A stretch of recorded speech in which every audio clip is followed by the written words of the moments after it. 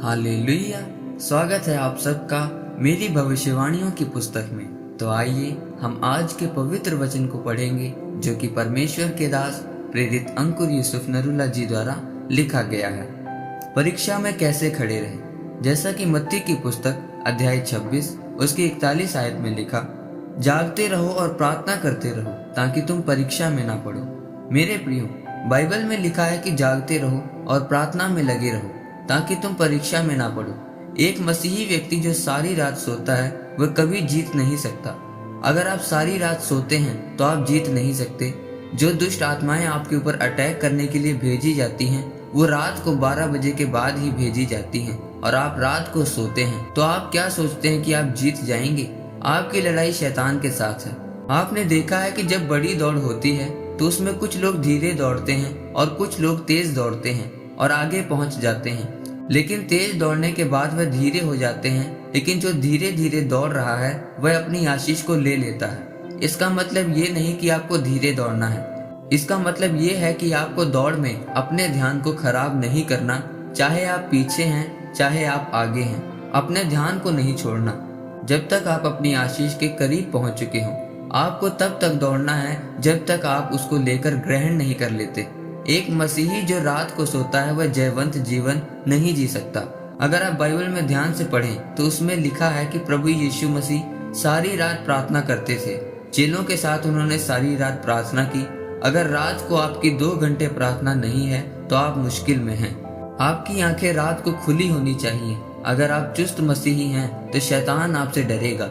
आपको दूत दिए गए हैं, आप दूतों का इस्तेमाल नहीं करते क्योंकि आपके पास गैर भाषा नहीं है और वह तब आएगी जब आप प्रार्थना करेंगे।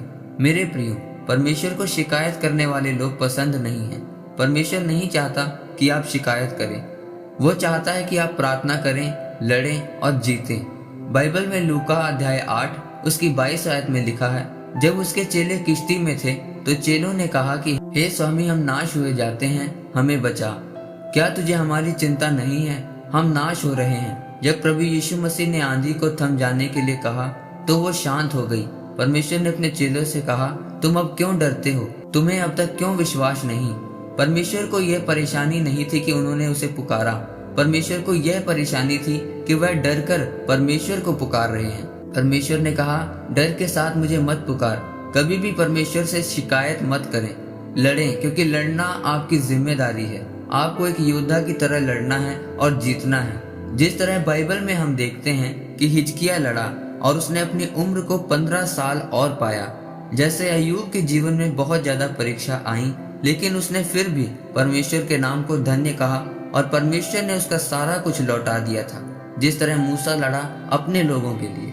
मेरे प्रियो, आपको स्थिर रहना है। अगर आप परमेश्वर की आशीषों का आनंद लेना चाहते हैं तो आपको लड़ना है अपने परिवार के लिए, अपनी कलीसिया के लिए, अपने आत्मिक जीवन के लिए, और अड़े और खड़े रहना है। परमेश्वर की लाठी आपके पास है और वह लाठी परमेश्वर का वचन है। जब आप उसे अपनी बीमारी को, दुख को, निराशा को दिखाएंगे तो वह भागेगी यीशु मसीह के सामर्थ्य नाम से। अगर आप गैर भाषा में प्रार्थना करेंगे तो जीतेंगे और वह जीवन जिएंगे जिसके लिए परमेश्वर ने आपको बुलाया है, यीशु मसीह के नाम में। आमीन।